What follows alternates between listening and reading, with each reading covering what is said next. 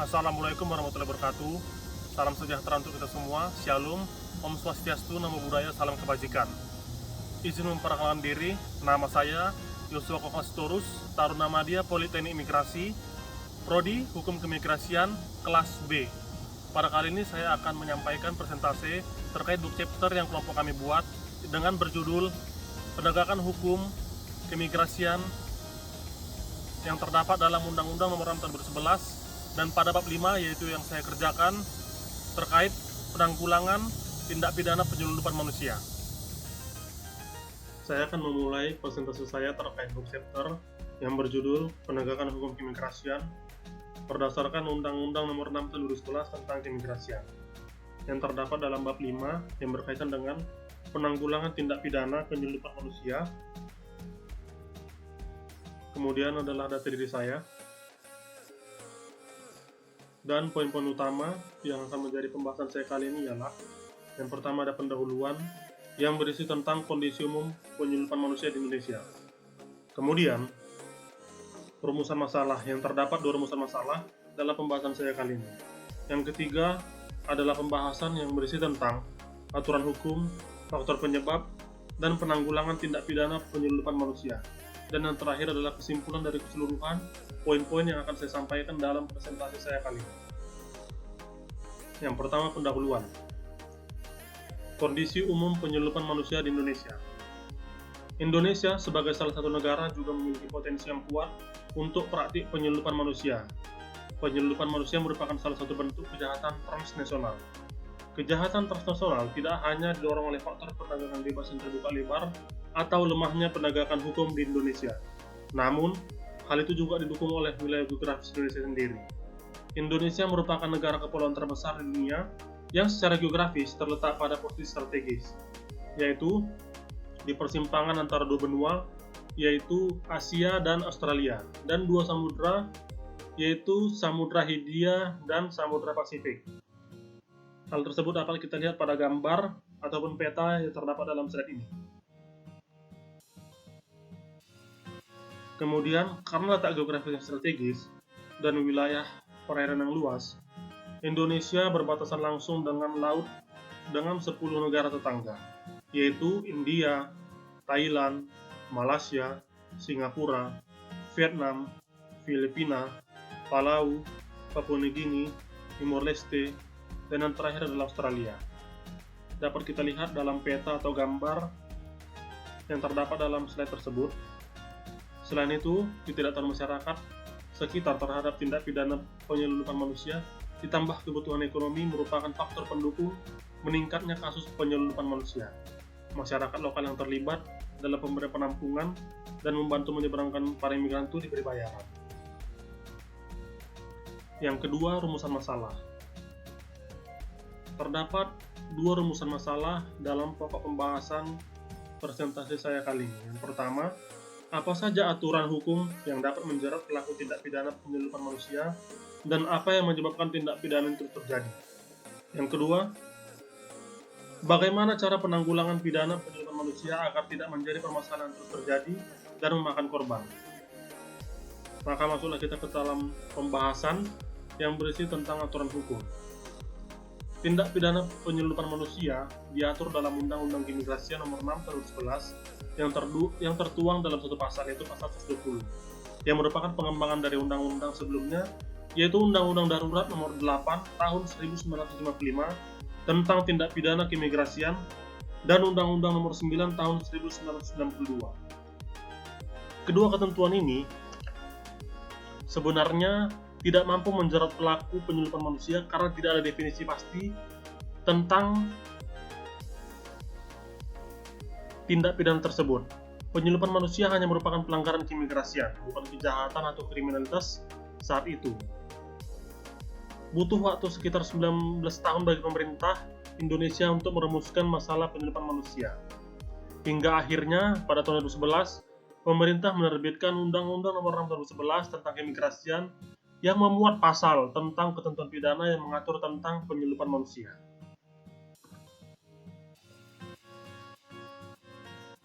Kemudian, dengan rumusan yang sama, rancangan Kitab Undang-Undang Hukum Pidana atau RKUHP dalam bab 22 penyelundupan manusia mengatur tindak pidana penyelundupan manusia pada pasal 582 dan mengancamkan pidana penjara paling singkat 3 tahun dan paling lama 15 tahun dan pidana denda paling sedikit kategori 4 dan paling banyak kategori 6 kepada pelakunya.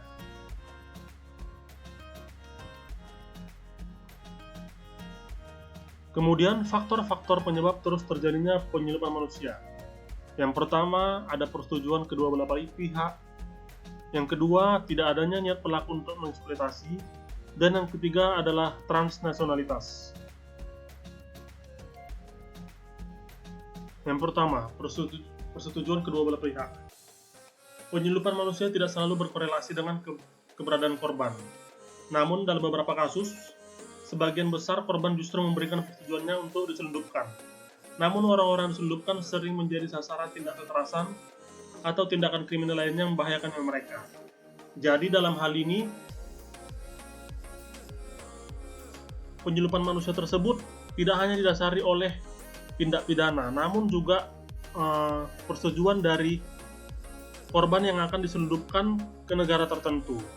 Namun yang ditakutkan ataupun yang sering terjadi adalah tindak kekerasan yang sering terjadi terhadap para korban atau terhadap orang-orang yang akan diselundupkan ke negara tujuan. Yang kedua, tidak adanya niat pelaku untuk mengeksploitasi. Berbeda dengan tindak pidana perdagangan orang yang menekankan unsur eksploitasi korban untuk memperoleh untung, pelaku penyelundupan manusia tidak ada niat untuk mengeksploitasi orang-orang yang diselundupkan. Setelah berhasil membawa mereka ke wilayah negara tertentu, penyelundup biasanya dibayar di muka atau saat migran tiba di wilayah selundupan, baik melalui orang yang diselundupkan ke dalam atau melalui perantara. Jadi,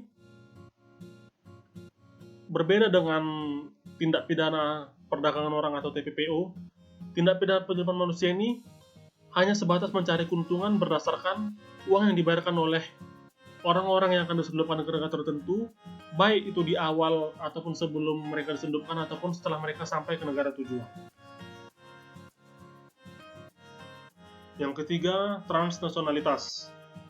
Penyelundupan manusia selalu memiliki dimensi transnasional yang melibatkan dua negara atau lebih. Tujuan melakukan penyelundupan manusia selalu untuk memfasilitasi perpindahan seseorang dari satu negara ke negara lain secara ilegal. Jadi, kita dapat mengambil contoh jika ada migran ataupun imigran dari suatu negara seperti Rohingya atau Libya yang akan pergi ke negara Indonesia, mereka biasanya dibantu oleh dari pihak negara tujuan untuk dapat memfasilitasi mereka dalam tujuan mereka ke negara tujuan mereka tersebut.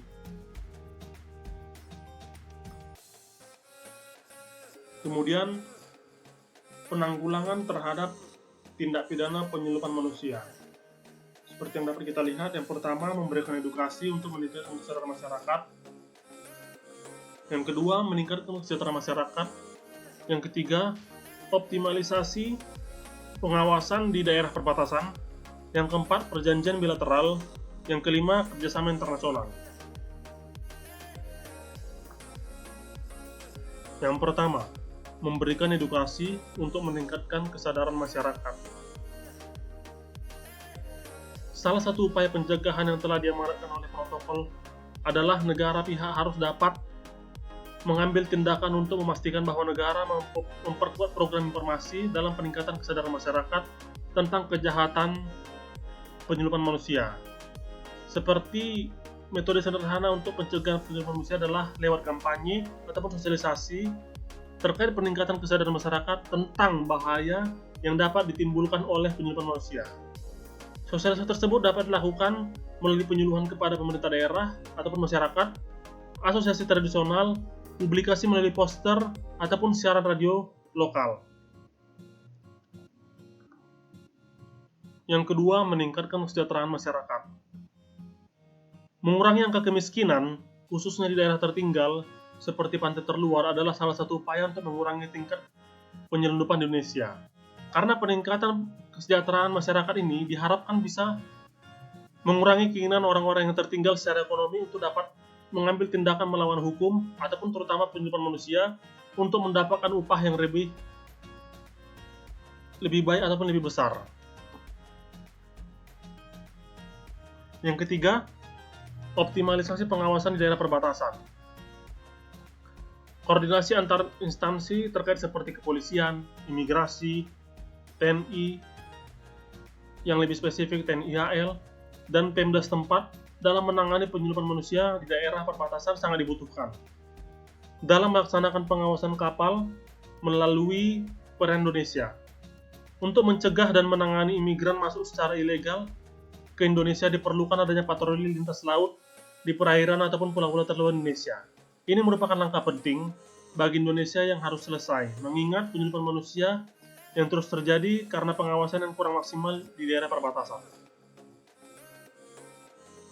Kemudian adalah perjanjian bilateral. Perjanjian bilateral yang kesepakatannya mengatur pelaksanaan teknis operasional perjanjian untuk dapat menjadi solusi pencegahan atau penanganan penyelundupan manusia. Contohnya, seperti perjanjian antara Indonesia dan Australia dalam peningkatan kerjasama meningkatkan mengatasi penyelundupan manusia.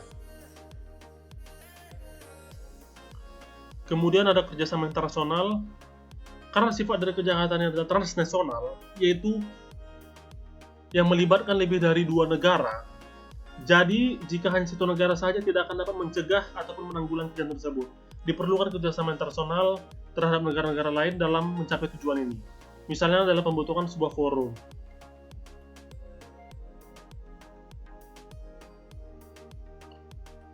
Dan masuklah kita ke tahap kesimpulan.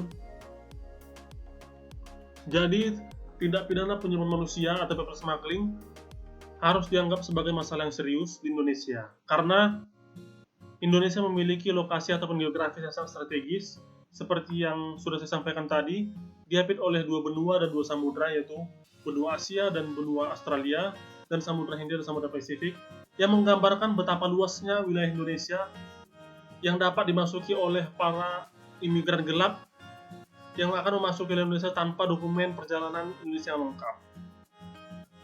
Dan untuk itu kita memerlukan kerjasama yang baik antara instansi pemerintah agar dapat menangani masalah tersebut secara bersama-sama tanpa harus melibatkan hanya satu instansi tersebut.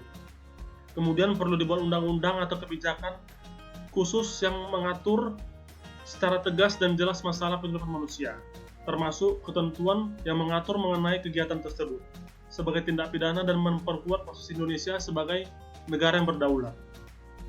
Kemudian pemerintah Indonesia juga harus meningkatkan sarana dan prasarana untuk mencegah tindak pidana penyelundupan manusia, seperti peningkatan kontrol dan patroli di pantai yang rentan digunakan sebagai tujuan ilegal untuk penyelundupan manusia, dan juga meningkatkan sosialisasi kepada masyarakat, terutama masyarakat yang terdapat di daerah pantai terluar Indonesia yang memiliki keinginan untuk pergi ke